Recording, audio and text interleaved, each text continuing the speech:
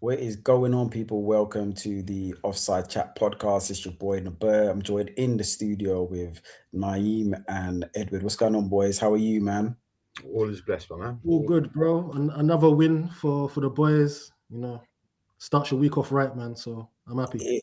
It does, but I kind of feel that my hair, if I carry on watching Arsenal, I kind of feel like I might be twinning with Naeem Mm. in the next couple of shows where you'll be like, hold on, which one is it? Because I'm either gonna have to cut my beard or Naeem has to cut his beard because the hairline is I mean it's impeccable. Thank you, man, Damon. However, it's not gonna last because I'm so stressed. But we will be talking about Arsenal and Chelsea. And today we will be keep talking about Manchester United. At the end of the day, they've moved up to third. The fans are buoyant. So let's just see what happens. But let's just start off at the Emirates. It was on Sunday. It's always a huge game. We're talking about two Premier League giants, the only two teams, London teams, to actually bring the Premier League down to this beautiful city that we all love, Arsenal, Chelsea. And Ed, we'll start with you. But what's interesting about this one is I'm just looking at some statistics with our Chelsea boys. They are winless in 10 games against Arsenal. 10 11. to double figures now. It's 11, bro. Is it 11 now? Yeah. And plus, the last time they beat us was 5 years ago. How mad is that? 5 years. This was the team Chelsea who, with Didier Drogba, just used to bully Arsenal. They used to bully Arsenal. We were the better footballing team. They said it's all about strength.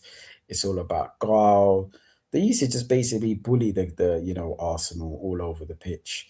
And this went on for a very long time. We have to give Chelsea their credit because at the end of the day, with Man City, this team has won. It's won every trophy that's available. So we can never question that about Chelsea. 2 Champions Leagues, is it 5 league titles? It's amazing. So you can't really question that. But there has been, I don't know, there seems to be, maybe with the younger generation, but there just seems to be this sort of, I've got to say it's a rivalry, but it's been a bit disrespectful, I think, as an Arsenal supporter. It's kind of like, yeah, we're just going to spank you. We're going to do what we want. No matter what happens to Mikel Arteta this season, some people want him to stay if we win. If he doesn't, they want him to go. No matter what you say, I'll have to say Tottenham Hotspur, Manchester United, and especially Chelsea. I always think, why have you got so much vim for Arteta? Because I listen, rightfully so. He's Marmite with some people. He's my guy. But I do sit down and think, is it because you can't beat him? Because they can't beat him, And I would want somebody who I don't really rate, 1. 2, for a club he manages that I don't like. And 3, I just can't beat him. So no matter what the rubbish I throw at him, you can't. And he has got something for you, Chelsea. I know Cam was talking about bringing Drogba back, but Arteta really, Tottenham and Chelsea, especially those two, he just likes to crash it on them. We play well, we beat them. We play rubbish, we beat them. We flop leagues, we beat. No matter what happens, we beat them. And now it's becoming an issue here because Arsenal now are becoming the school bully for Chelsea. They are. It's 5 years. This is unheard of. With the new age Chelsea, unheard of. But again, as I said, a very, very uncomfortable watch. And I'll be worried if I was Chelsea because Arsenal, I don't think were great yesterday. Chelsea did have their injuries. But yeah, this Mikel seems to be upsetting some of his own fan base, but definitely he is despised by these. And I think why they said, oh, if he doesn't win, get him out. God forbid if he does, because I think they'll be upset about that. I think that's probably how I felt with Alex Ferguson. Not the same, of course. Alex Ferguson is one of the most successful. He is the most successful Premier League manager. But I just wanted him out. I just thought, just get him out. So, and it just seems to be that way as well. And it's what's more damning is that they can't beat him. But it's not like he's dominating English football. It's not like he's winning league after league. But people say, oh, Arsenal bottling over all these years, and that is going to be argued. But you cannot beat this guy. If this guy is that bad, beat him. You should be picking up points. So this Chelsea one, it was horrible. You know, I'm not going to try to stunt on the Offside chat today that I was happy with the game. I was fuming on the Offside chat group chat, fuming, moaning all the way through because honestly, it was an uncomfortable watch. But sometimes I like to win nasty. I got over it. I calmed down. I had my tantrum and I thought, do you know what? Nasty wins, because I know it really upsets the ops. Sometimes I have to dine in that as well. I'm thinking, you know what? Let me enjoy this today. But look, another win for Arsenal. Haven't played well. We draw out there and we get them back here. 2 nasty corners. For some reason, they say that we're always scoring corners and stuff, but Chelsea scored from a corner as well, which was an own goal. I didn't hear anything about that. Didn't hear about any of their chances. But yeah, another win. And there we go. Edward, you seemed a lot more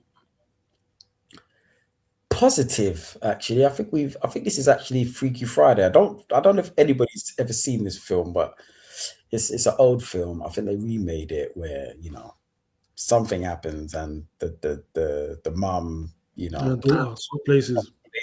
And I think we've actually swapped places because sometimes I forget this guy Ed is very calm about this, and it's good for me. My boy Kai was there, friend of the show, very calm as well. So these two be very good for me because I'm thinking I'm crashing out.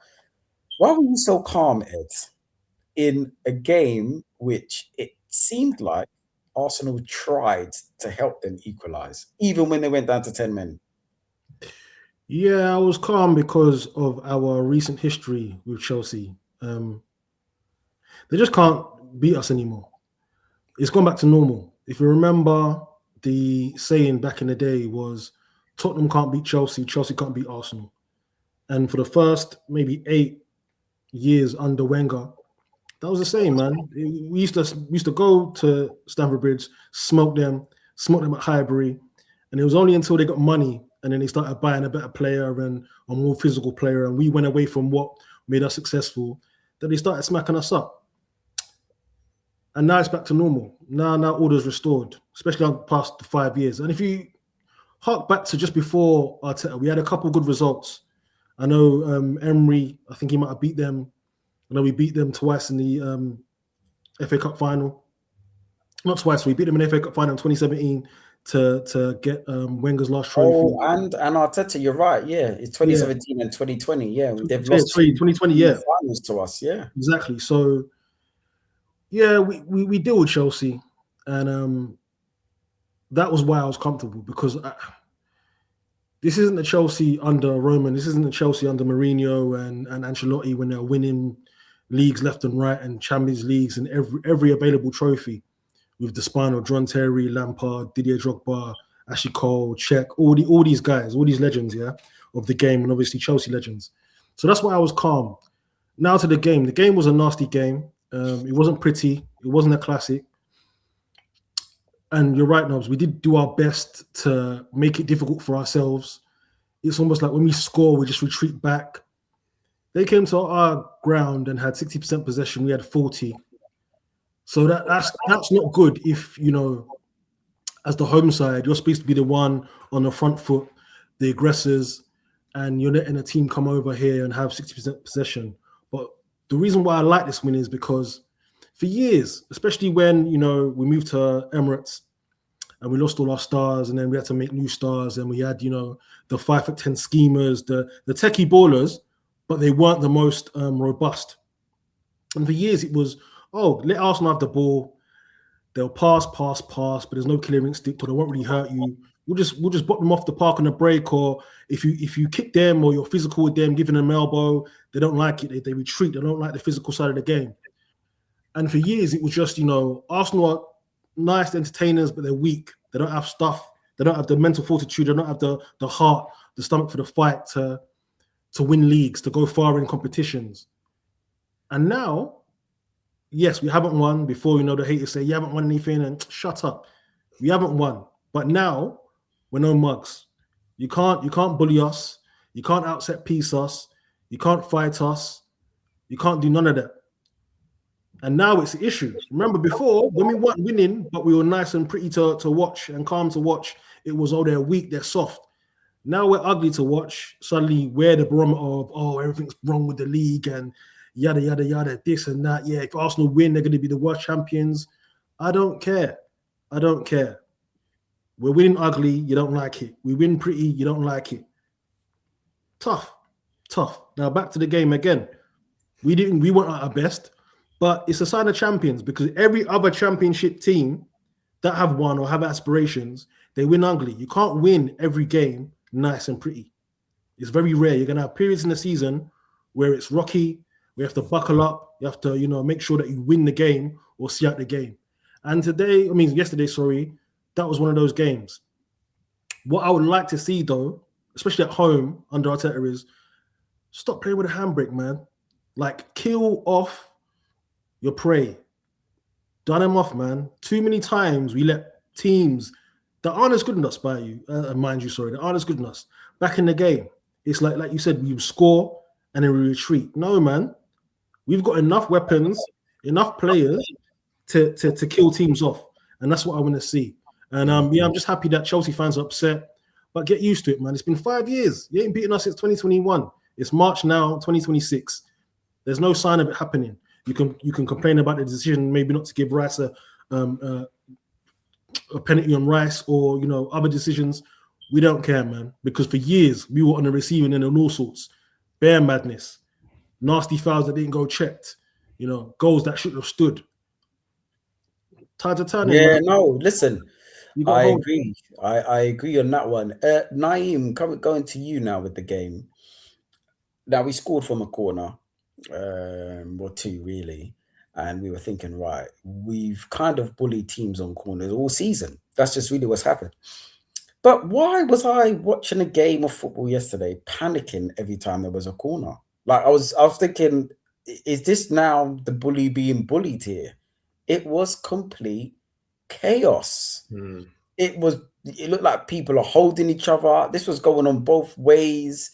The near post, we wasn't clearing headers when we did. Nketiah headed it into his own goal. Raya looked under pressure.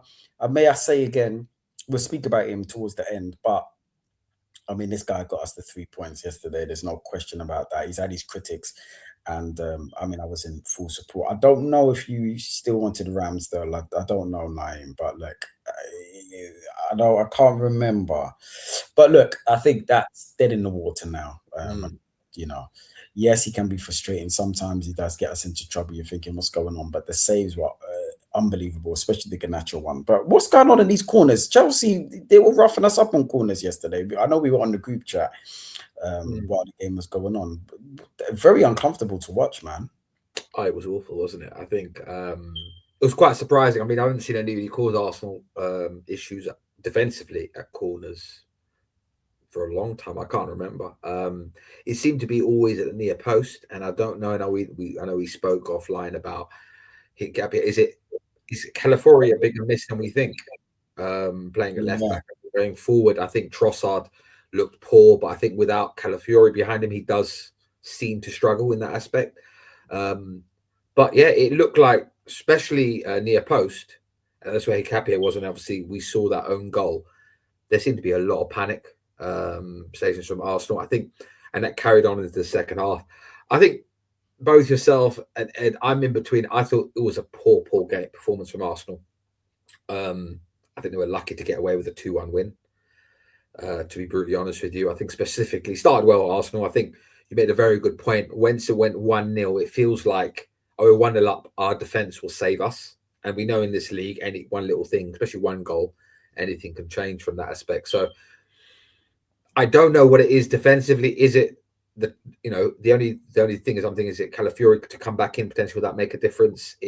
I don't know, because there's not much of a change. Or the other thing is, what we need to remember is that everyone knows Arsenal defensively are the best team in the league. And the amount of tactical awareness of people now, the TV and everything, people are just really looking at it and thinking, you know what, this is where we can get away at Arsenal. This is where we can get away, and it's just down to that. It's time for you. Is it Lucas over to earn his money a bit more, and maybe I agree, Naeem. I think it's time. Listen, he's done a great job, but I think the last couple of games, Brentford, Chelsea getting very uncomfortable on these corners, man. And I think they're not usually like this. We're a lot more dominant.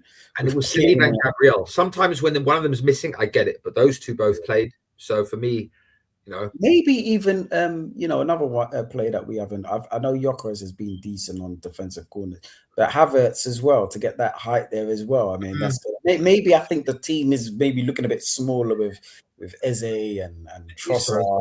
So that's 2 players down again, isn't it? And I'm just thinking, it doesn't seem like we're really clearing this. The 2 who I don't really see clearing the headers as well from that is Gabriel and Saliba as well.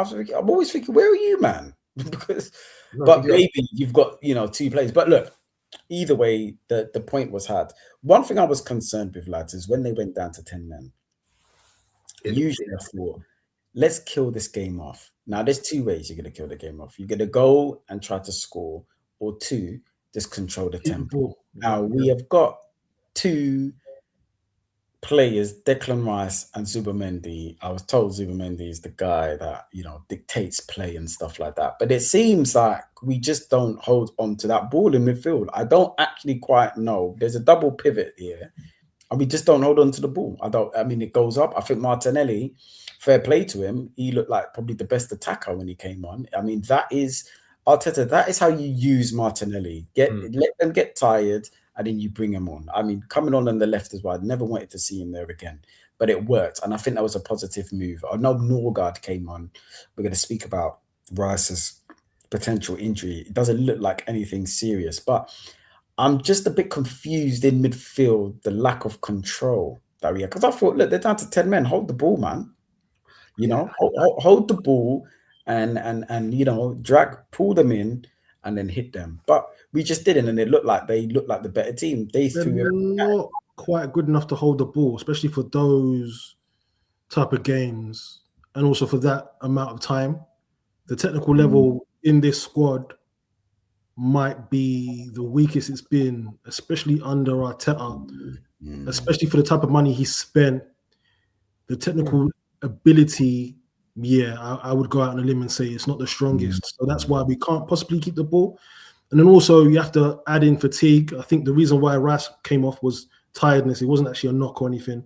And he's even Zubimendi, who I'm not completely sold on. It's not a hot take, but you've seen many instances in games where very sloppy in possession. He nearly got caught again. Gets caught on the ball, or there's a silly back pass, or just what happens, Ed? Invite pressure, right? He invites a lot of pressure. And he's been getting away with it because he's the shiny new toy. He's Arteta's man. I've noticed that if there's doubt on who Arteta signed, there's no grace, there's no leeway. If it's come out that Arteta's really after you, suddenly it doesn't matter what you do. There's always mitigation, right? That's neither here nor there. But he's been flogged. He has been flogged. It's his first season in the league. Less professional footballer. You should be used to the rigors, whatever.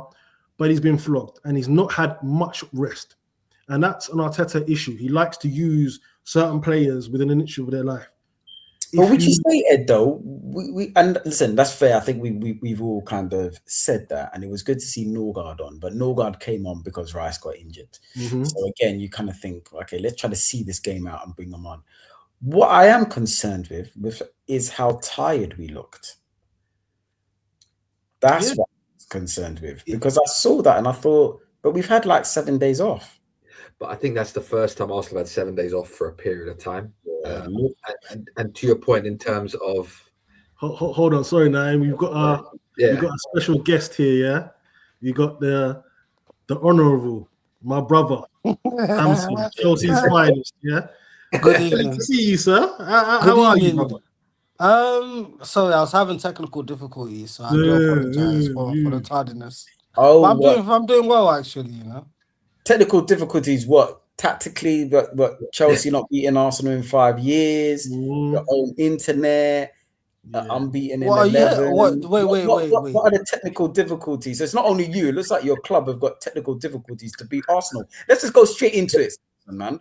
You now are officially, you are a little man for Arsenal right now, aren't you now? Wait, can I just ask, was I brought on there to talk about Chelsea? You was brought here just to give us your analysis on what happened in the game. Because and what really I got happened. 3 points. I got 3 points against Leeds, so I wanted to talk about that actually. Oh, Listen, is he's my a man scumbag. migrated? He's Is a he scumbag. migrated? You see politicians, yeah?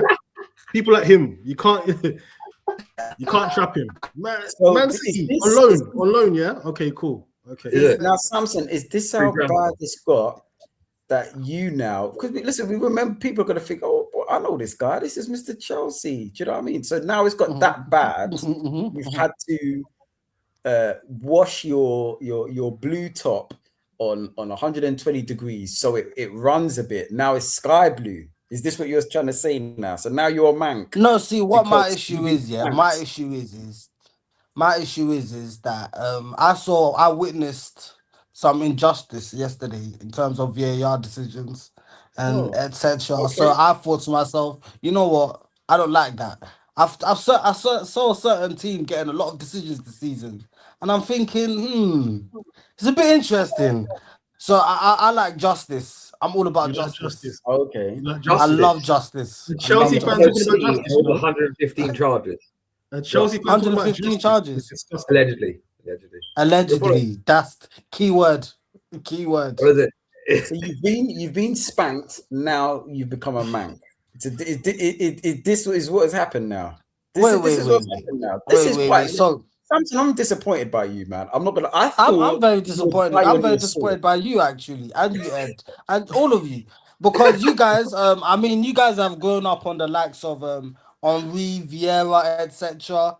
And you're subdued to getting excited over set pieces. That's I'm not disgusting. getting excited. You just told me you spanked. You just told me you spanked us. I'm saying, what I mean? No, it wasn't. You know what, Samson? Forgive me. You're right. I'm going to apologize because we've beaten you already 3 times this season. I mean, what loss do you want me to talk about? We came to Stamford Bridge. We crashed it on you. Context matters. Havertz crashed it on you in the last, so you're out of the cup. Yeah. So I don't know what. Sorry, forgive me. It's been 5 years. You've lost a lot. So which defeat are you referring to? And then I will apologize and address that. Okay, let's talk about yesterday, please. Yesterday, the latest one. Okay, the latest one. Yeah. I mean, the one you what I mean, I saw the guys with the trophy at the end of it. You know, like because I can see you guys are excited because you're happy. Man. So it must have resulted in a trophy at the end of the day. No, but Samson, you were screaming with the equalizer, and that was you lot was talking about Reece James. I was like, that's an own goal, right? That was an own goal, but in Gapier. Okay. Wait, how many own goals do you have? How many own goals do you guys have? I believe it's 7. I believe it's 7. We have as many own goals as you do red cards, I think. I think it's 9. There's 9. It's the same. Both disgraceful stats, in my opinion. Who's to blame now? Samson? Because you're running out of people now. Who is to blame now? It's not Bluco, it's not Rosinia. No, you know what? Yeah, you know what? In honesty,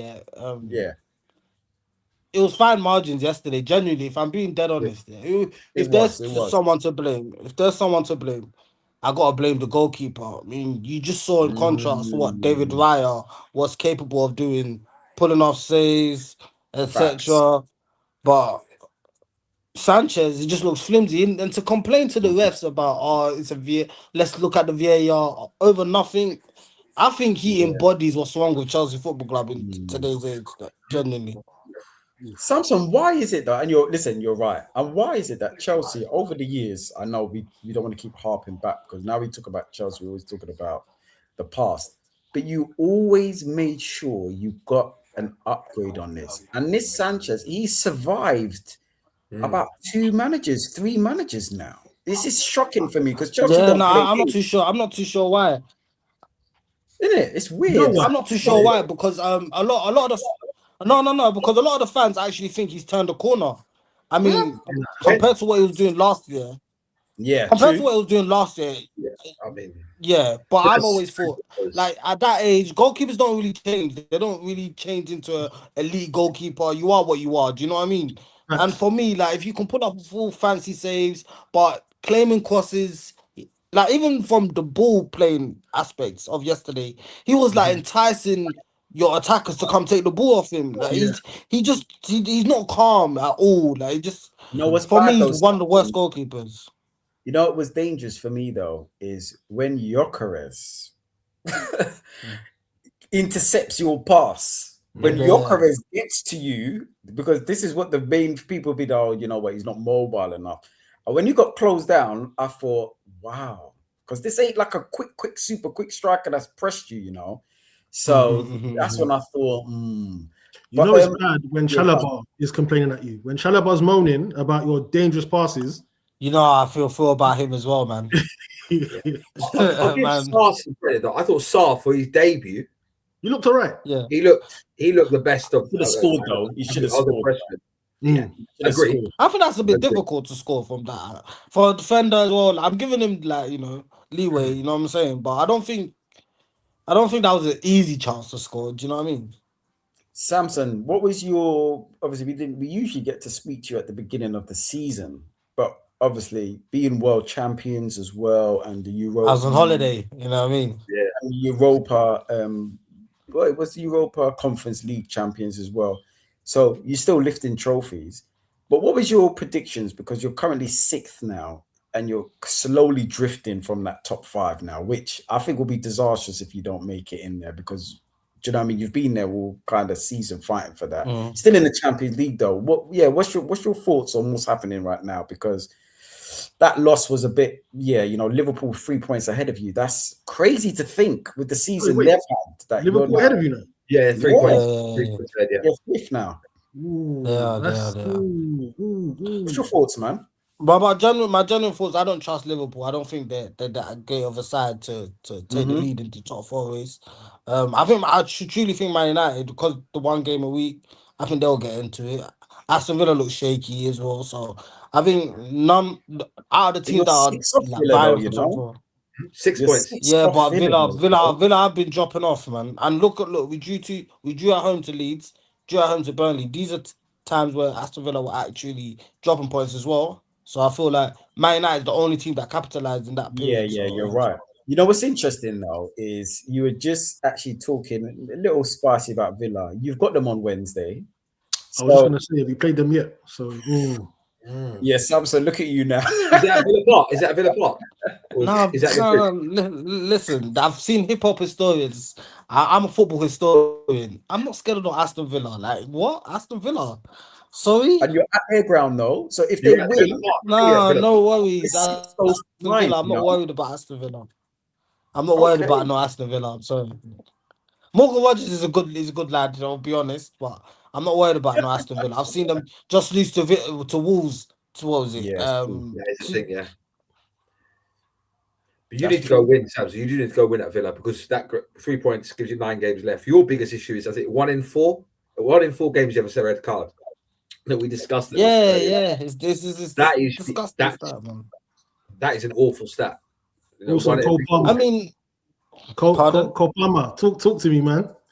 Yeah, I think that's what you want to talk about. No, listen, I'm a horse in space, but talk to me about Cole Palmer, man.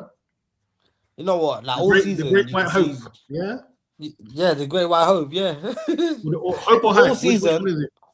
All season you can tell, man. I don't want to be that guy, but you can tell he's playing with an injury. It's evident. I mean, I don't think he wants to get like surgery because that would mean he misses the World Cup. But I don't really care for England in the World Cup personally. So I would rather him sit out. Do you know what I mean, for the whole season? But even like the one-on-one, he's not really excelling at the moment. Do you know what I'm trying to say? His passes are overhit. So you can see by statistics, he hasn't been with us for majority of the season, but it's not looking good at the moment, to be fair. No, for me. So I don't want to be that's my boy, man. You know what I mean? Esteval's a miss for you. I think Esteval, that's a big miss yesterday. Yeah, you see that he's a miss because he does something different than the rest of your attacking players. Samson, I don't want to be the bearer of bad news, man, because obviously you're a historian and I actually respect that. But I'm just looking at your 2 rivals for, that top 5 spaces, and obviously there are 6 points clear. So God forbid, even if you draw that, but if they win, you can go 9. Liverpool are 3, but they're actually playing Wolves. So this game, I don't want to put any more pepper in your soup for that Wednesday evening, but you're going to have to be looking not only at your game, because if Liverpool win and you lose, then it's 6 points and then 9 points to catch up, bro. That's true, but I mean, Wolves in their last 2 games, they played what was it? You as well, right? Yeah. They took points off you guys, so Liverpool should be all right. You know what I mean? Yeah, I'm sure they will, man. Samson. You did your points to Wolves, though, right? You did, right? Oh, I forget. Is that wrong? That is true. Oh, That you is did. true. Yeah, we did, and you did lose at home to Sunderland. We did lose. We did lose at home to Sunderland. We did. Last year, right? 2025. To new topics. Okay. What happened with Burnley? Sorry? Well, yeah, you heard me. What happened with Burnley? Talking smoky. Listen, complacency. And they were at your ground. Complacency happens, isn't it? Yeah, complacency happens, isn't it? Do you know what I mean? It is well. Samson. So Samson, listen, man, as a Chelsea supporter and from a supporter who, I think you're well versed. We haven't got a Spurs supporter right there, but you're well versed because under the tenure of Arteta, you're used to losing against Arsenal. It's just something that is just facts. So what do you make of it? Because you know, sometimes in school, when you're getting thumped up by a bully, you need to give evidence. And the best people to speak to is the victims, right? You have to line up and then you just say, okay, well, it was him that did it. So what is it about this Arteta team that you boys can't be? And name me some positive. Just can't get our head around. No, you know, genuinely, you're right. You know, like I've watched football a lot of years. You know, Ed can attest to this as well. So I've seen like it flip. So when I was growing up, it was belt to us for you guys. Now, obviously, on the flip side, it now looks like it's belt to us for us. You know, like the cycles change, right? But however, when I was growing up and the belt toss was happening, trophies was happening with it. You get what I mean? Like I saw stuff at the end of the season. So with you guys, since this period of Arteta demolishing Chelsea, putting us in our box, what do you have to show for it? I'll tell you what we do have to show for it though, and you made a fair point about belt to us, but that means that it's 2 belts period to us is for us. And only 1 for you, because I think because you do remember, like you eloquently said on Riviera. So I think you remember getting some belt to asses and some league titles dropped on you as well. No, but what have you got? You said Arteta. What have you got to show? No, that's what I was. I'm just in there. However, one thing I would say is that you're right. There should have been more trophies, but you are the direct club that helped Arteta win. He's actually won major trophy, and that was an FA Cup. So you let this Pep cold man beat you in the final. So I mean, Freddie Lundberg's team. Oh, Freddie Lundberg's team. Listen. Do you want me to rustle up the feathers here? Yeah. I know a couple people on this panel. that don't want Arteta in. That's fine. Listen, we know. I don't want him here. Let's talk about it. I'm a record. Listen, if he wins, he can go. If he leaves, he can. If he loses, he can go. Why is that? Why is that though? Can you elaborate on that? Why is that? Are you not happy with what you're seeing on the pitch? No, I just want to win. But I'm not happy. I don't care about the product that much. We need to win. But if he wins, surely now he stays though. Surely, if he wins, you would want that to be repeated next season, no? No, you want to know why? For me, I've said this on air, off air. We've been, I wouldn't say lucky, we've just outlasted the competition. I don't think if City and Liverpool were at their best, and with our side currently constructed, that we can go and deal with them. I think we have been very fortuitous, but it doesn't matter. At the end of the day, those are the circumstances. But for me, if Liverpool were top and City were top, I think we finish third. I don't think we are a match for them. And there's a mentality that Arteta's employing that I don't like. But if he wins this season, I can't say nothing. But I do know that if he wins this season, I believe it's going to embolden him to employ this tactic, and he think he can win with it. I don't think it's a tactic you can really win with. Not multiple trophies, but who am I to know? I hear it from Ed, but I mean, what I'm gonna do is I can see what Samson's doing, and I think it's been a tactic. Deflection. Yeah. Deflection. Listen, it's been. Listen, it's been a bad 5 years, man. Don't allow him, man. This is his victory. That's why he's laughing, because he knows that, okay, look, let me just try to distract what's going on. Look, I disagree with Ed in regards to, I kind of feel that Samson, you can feel it. Yeah, it's a little bit more different than when obviously you were champions, you won 5, so you understand about winning. I'll have to take my hat off to you on that.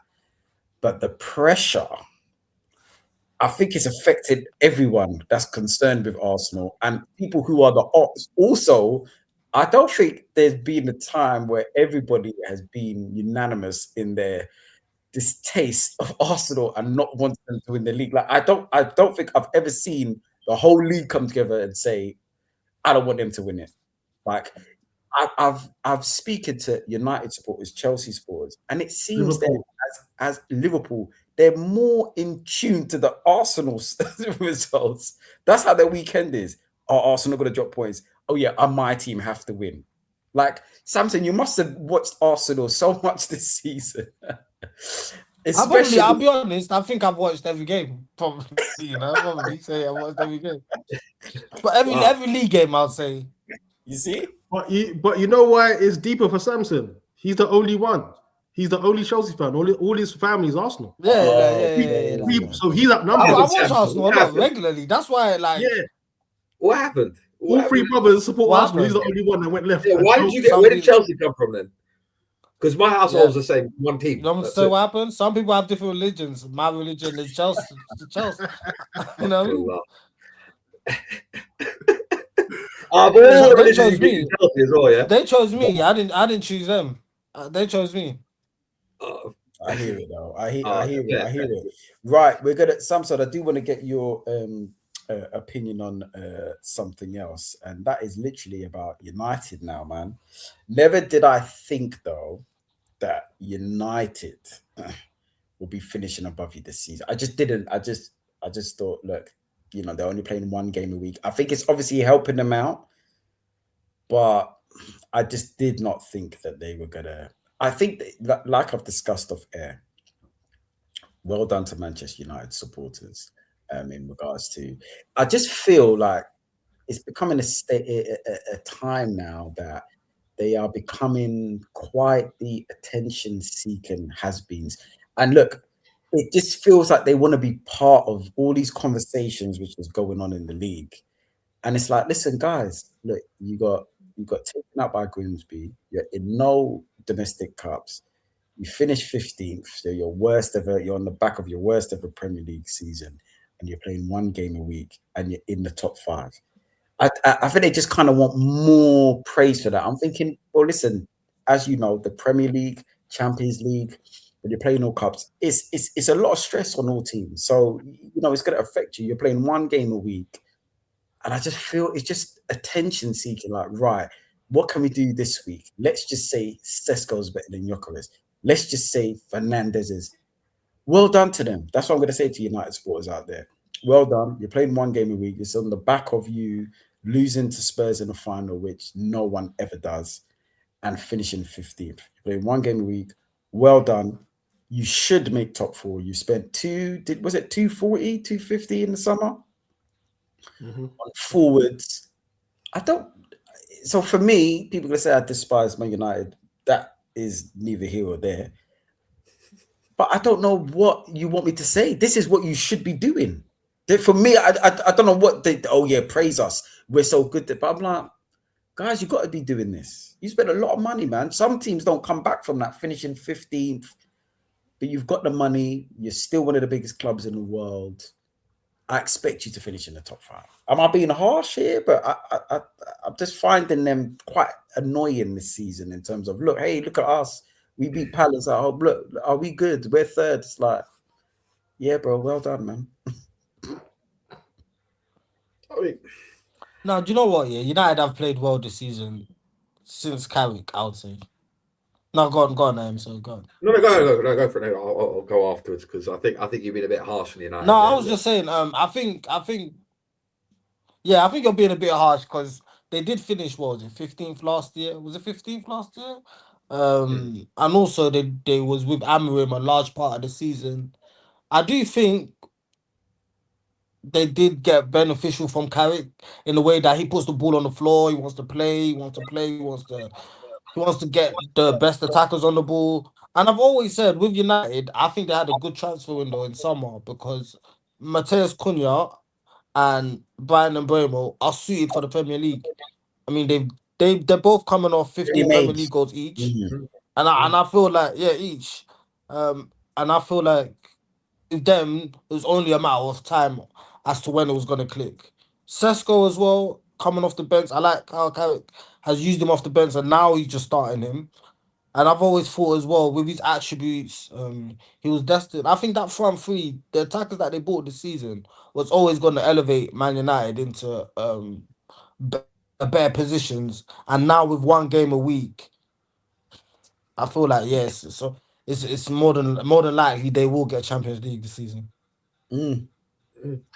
One thing I'll say is the keeper as well. Sorry, no, but that keeper's made the keeper, yeah. Right. He's nothing spectacular, but he's just It's a solid keeper. That's what you need. Yeah. Listen, the jury's out on United for next season. One game a week is cool. What do they need to do in the summer to prepare for more competitions? Because that squad is not good enough to fight on four fronts or however many fronts you need. It's just not. It's not. You know what's interesting, Ed, is you made a great point about what are they going to do in the summer. Ineos always mess it up. And the good things they have done is, obviously, you're right, in Mbeumo and Cunha, more in Mbeumo, I think everybody was kind of after him. You looked at him, you thought, yeah, this guy's a goal. So you're right, it was always going to improve them. Is who they're going to take on as their manager. Are they going to stick with Carrick? Or are they going to do what Ineos always do and go and get someone else new, give them money, buy them or hire them on a particular philosophy that they've seen and that what they've implemented, and then pull them over here and say, right, you need to change whatever you're doing and do it our way? Because Amorim, for me, he didn't change who he was. You signed him to play that. That is what he was doing at Sporting Lisbon. Not just go to a manager think, oh, I like this style of play, and you brought him in. Then you spend a year and a half cussing him about how he's playing, and he should be changing. So you're right, and I'll come back to you. It is interesting who they're going to pick. Are they going to stick with Carrick, or are they going to do what Man United have done in the last 10 years? Go for a big name, because that's just the safer thing. And again, what sort of players are you going to go and get? That, I think, is the most important thing. I think they'll get top 5 now, and rightfully so. They should be doing that. But it's I think that managerial appointment is very, very important, because are they going to do a wild thing and get Southgate, or are they going to? Do you know what I mean? You just don't know with this Ineos. You really do not know what you. They shouldn't get Southgate. It's weird because I think Carrick didn't he get sacked from Middlesbrough? Yeah. So it's not like he left Middlesbrough off his own accord. He got sacked.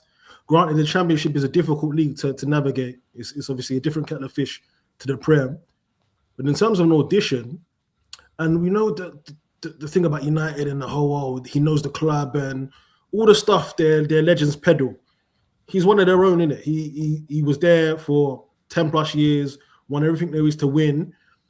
I think he's given himself as good a shot to be the permanent manager. It's up to him whether he wants to take it. In terms of an audition, they're unbeaten since he's come back. He's got good football. They're scoring goals. They're not conceding as many. So yeah, this is what you need. It's not a safe pair of hands, but it's been a safer pair of hands compared to what they've had for a long time. He's not too high. He's not too low. He's very measured, and he's got his best players playing best football right now, which is what United are built on. It's get your players in the right position to succeed, and the rest takes care of itself.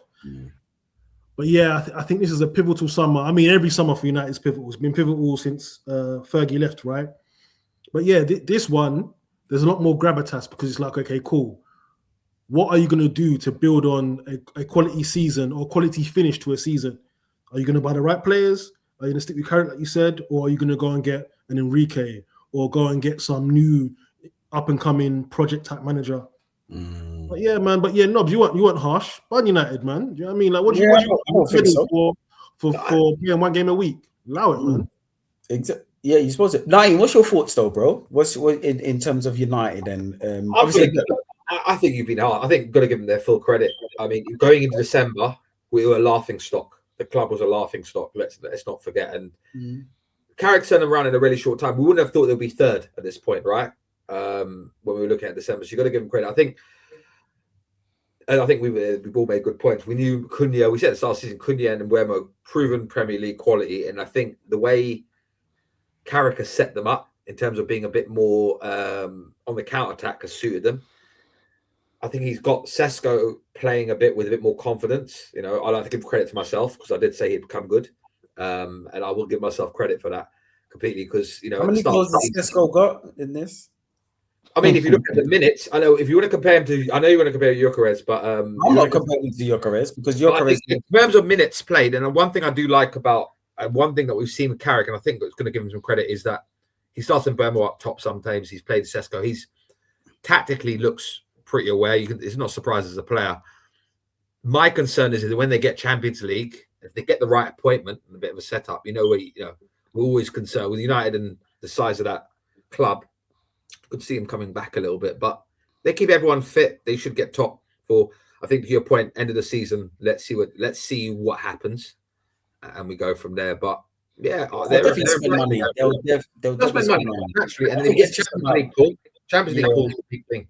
That's a big thing for United. Yeah, I mean, look, they're signing players when they finish 15th, so they're just one of those teams that there's a lot of money. Like I said, I'm not giving them their credit. That's what I expect. This is people are going on like when they finish 15th that they haven't got one of the world's most expensive defenders. Harry Maguire, like this team spent 260, 250 when they finish 15th. So it's not boohoo for me. You spend that amount of money for me. That shows me that you're saying, "Yo, this 15th ain't happening again." This is Manchester United. All I want them to do is look, they've spent years, rightfully so, with the biggest club in the world, yada, yada, yada. But when it comes to delivering in this, since Fergie, in delivering the biggest trophies, delivering Champions League, winning league titles, all of a sudden it goes quiet. They're not judged. People say, we're as big as Real Madrid. Real Madrid can't finish 15th. They cannot finish. I don't know what will happen to someone, but it will going to be very serious and you'll fear for their life. Bayern Munich can't go 13 years without winning the league title. I'm only going on by what Manchester United are saying. We're the biggest in the club, in the world. You're one of the biggest clubs, which you are. But I'm saying these teams around the world, which you say we're classmates, they can't do that. It's impossible. Bayern Munich 13 years with no league title. Real Madrid, Barcelona. I've seen a lot of their fans say that they're looking at like Enrique because Enrique's having like contractual issues with PSG, and I think Ineos, they're not like Clear Lake. They don't mind getting a big name. Like, do you know what I mean? That they don't mind getting a ready sure player or coach or whatever. But I feel like if Carrick continues with this form with Man United, and let's say he gets them to like third in the Premier League, he's got to get the job. Surely, I agree.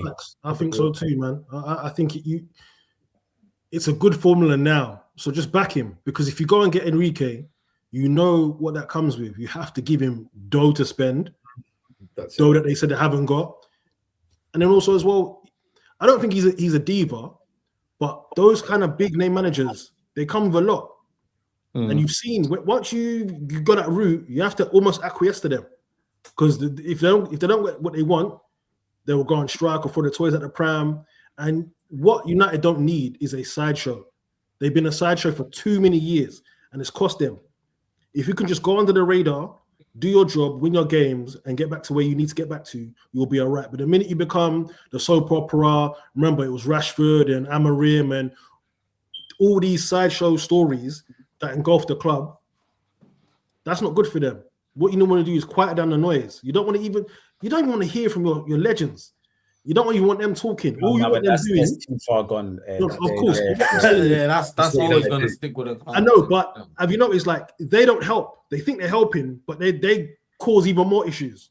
I don't agree. Talking and it's just loud. I disagree, because I think we've got this. I don't know. I think it's in English football. We've got this sort of like it's like we've pacified some of these players that are not achieving. Do you want to know about pressure when you're at Real Madrid and you're getting guys like Zidane coming in and you're getting guys that are used to winning? You think that cloud of Muller and Beckenbauer, God rest his soul, at Bayern Munich, like you got the legends that this is just normal. If you're a big club, these players are going to talk about you. That is true, though. That is true. That's fine. But what I'm saying is, though it's cool to talk about what the standards are. Yeah. But everyone thinks they're an expert. I can't speak to Madrid. I can't speak to Beckenbauer in Bayern Munich. But I don't think they're going on record or, they've got a podcast and saying, oh, yeah, in 74 when we won the Champions League or whatever. It's worse, bro. It's worse, I hear it. Yeah. But they also win. They win every year. So you don't need to talk about what they would have done. They just win. So the expectation is to win, right? With United, you haven't won in God knows how long, and you got all these dissenting voices. It's not helping, is what I'm saying. It's just like those days are gone. When you had the monopoly, when you had all the referees in your back pocket, when you could foul man and surround a referee and nothing gets done, and Roy Keane can go do what he wants, and you ran roughshod of the league. You won 13 league titles. You mash your work, but it was a racket. It was an organized racket. Let's have it right. Yeah, right. Listen, I think you're right about that. But the problem is when you look at City now, and their run that they've had, we had a situation. City's greatest goal scorer at a time, was Aguero. Mm-hmm. And you had Yaya Toure. But what City did is when they went on that run with their club legends, they actually replaced them. So now you had De Bruyne and you had Haaland. So these guys don't have to speak. They're not even because when you keep winning, they've got nothing to say. The problem with United, they've done 13 years without winning. Which is what I'm saying. Yeah, but I wouldn't put it on the ex-players. The ex-players don't want to. Do you really think? Let's just be real. When Roy Keane left and he was being a manager, he just left Man United and they carried on winning. Mm-hmm. His TV stuff where he wasn't really needed because Fergie kind of let him know, look, you went and we made the right decision. When you start going 10 years without it, that's when people are saying, listen, I have to call for the old boys now. Because look, they're calling for Drogba now. They're calling for Drogba. The same Drogba come back out. Bro, we're saying the same thing. What I'm saying is, when you win, there's no need for them man to talk as much. We never heard goals in a damn thing. Even when he was playing, he never spoke. I didn't know what he sounded like.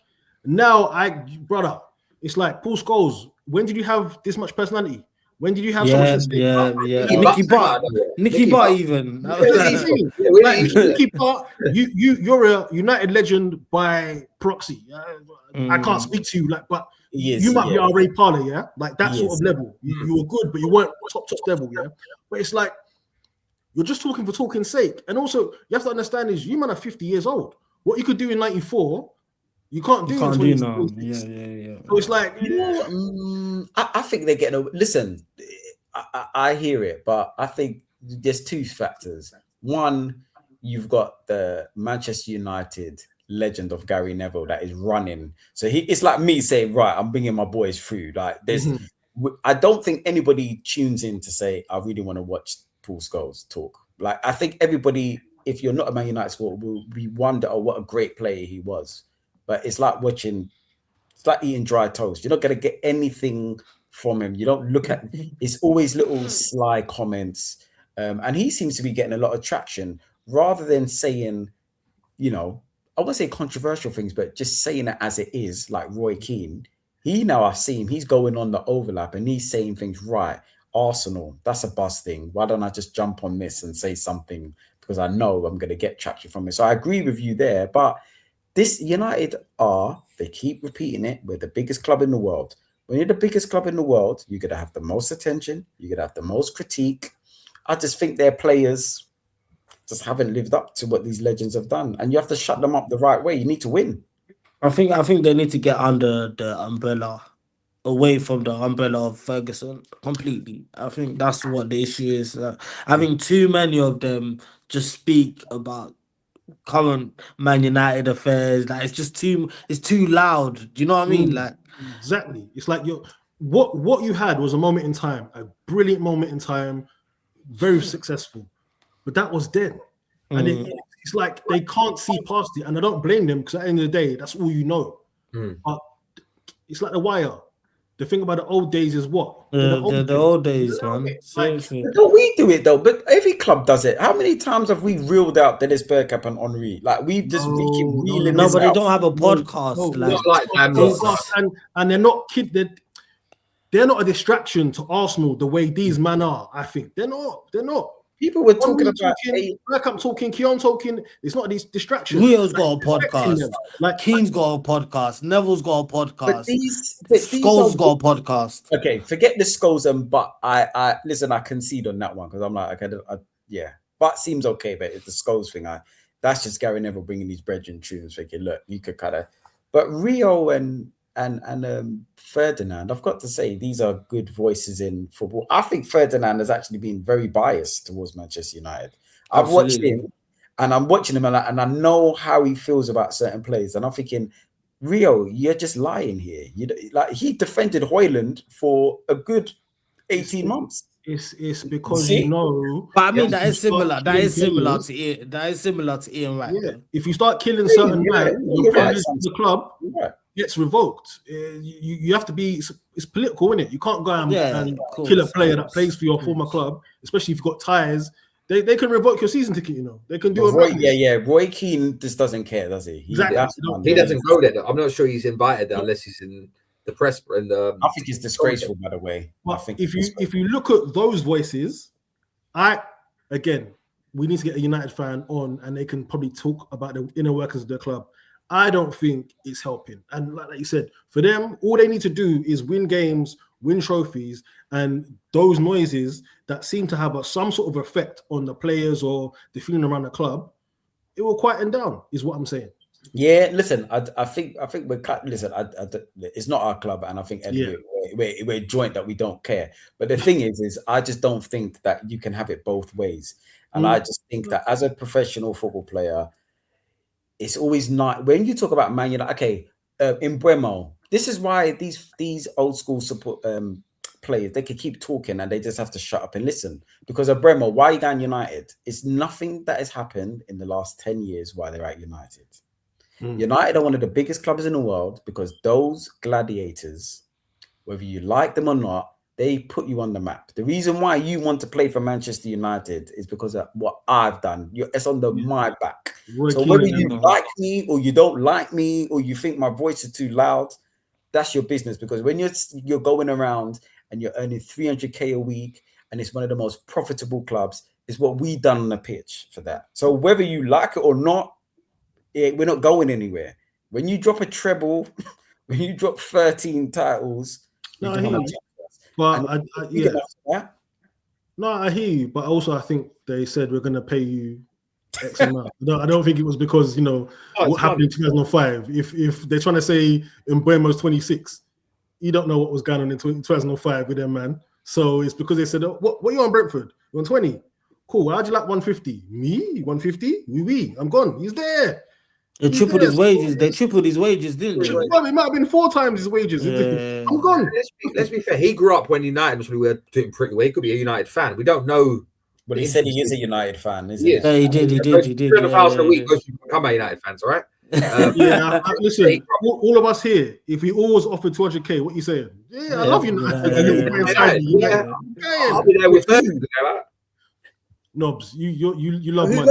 No, you just said who though? You're not United. Those were 200 a week. 200 a week to play for United. You're there. You're devil on there. I serve a different God with a devil on the No, I don't. You do it and then you'll be like, God forgive me. Exactly.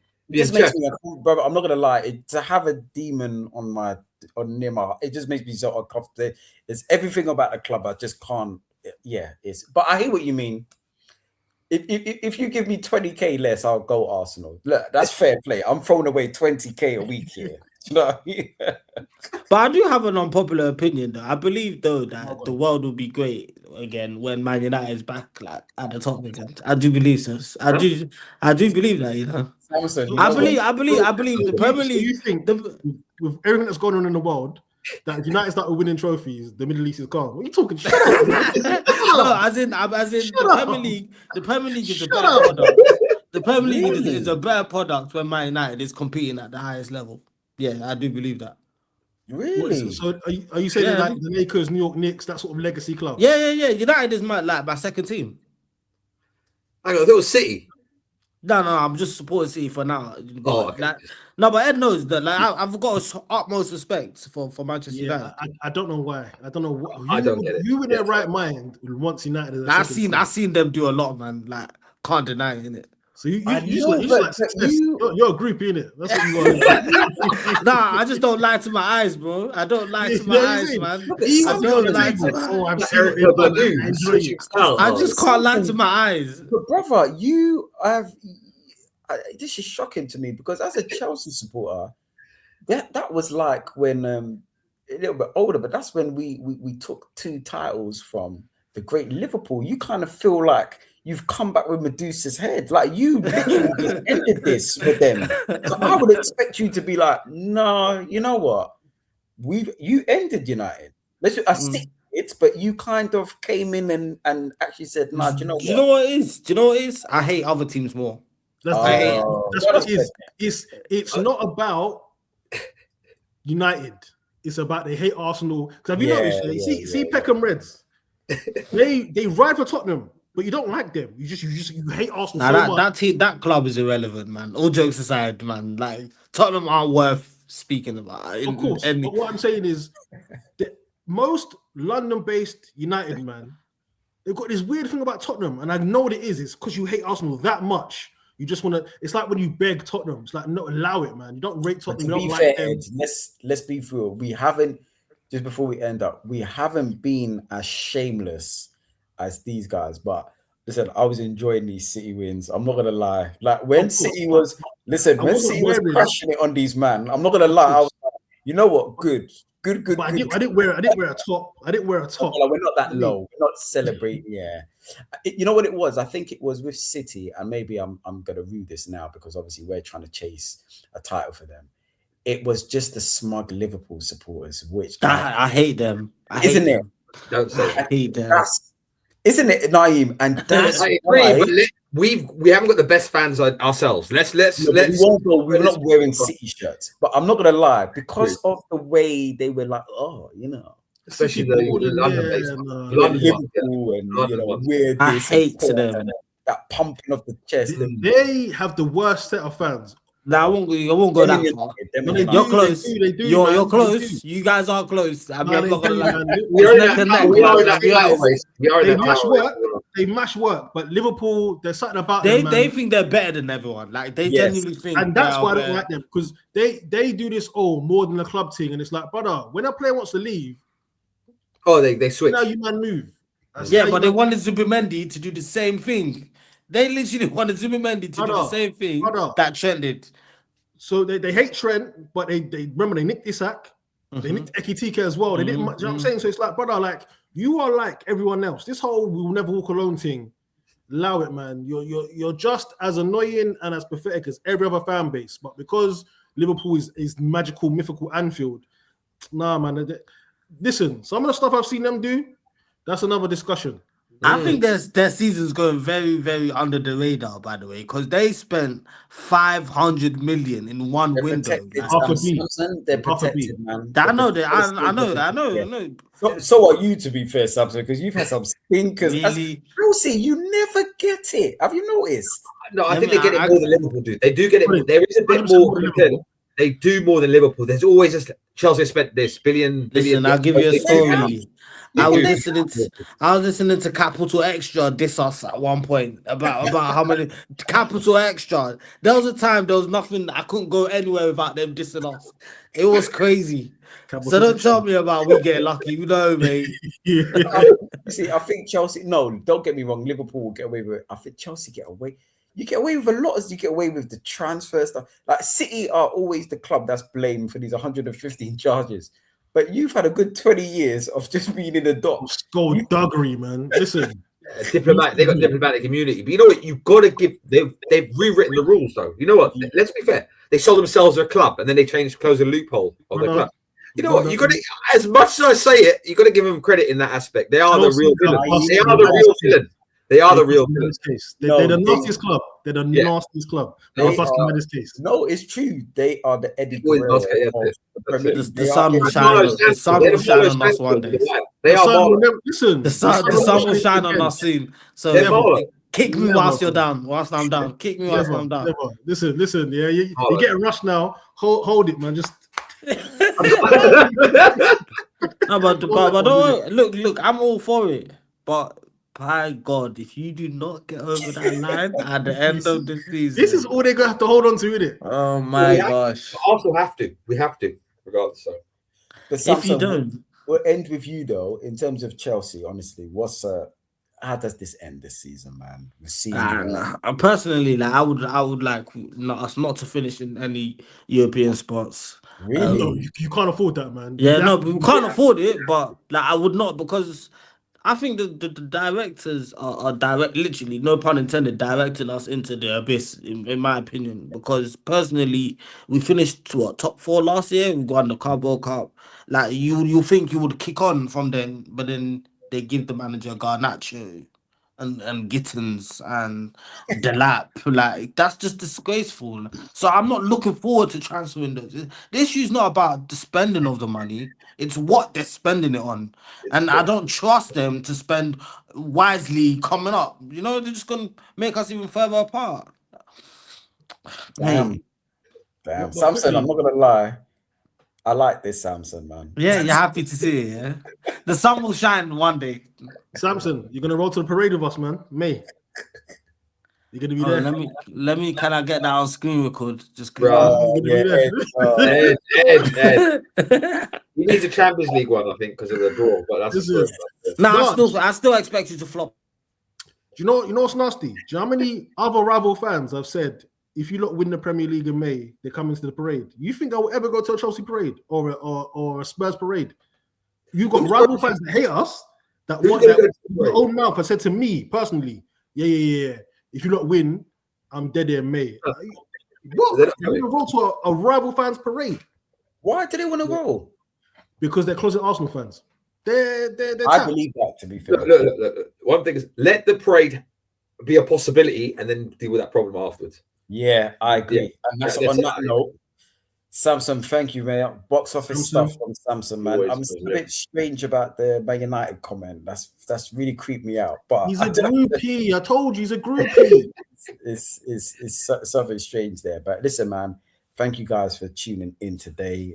Obviously, Ed, Naeem, and Mad again. We go again next week. There's going to be quite a few Premier League games on Wednesday. Mm-hmm.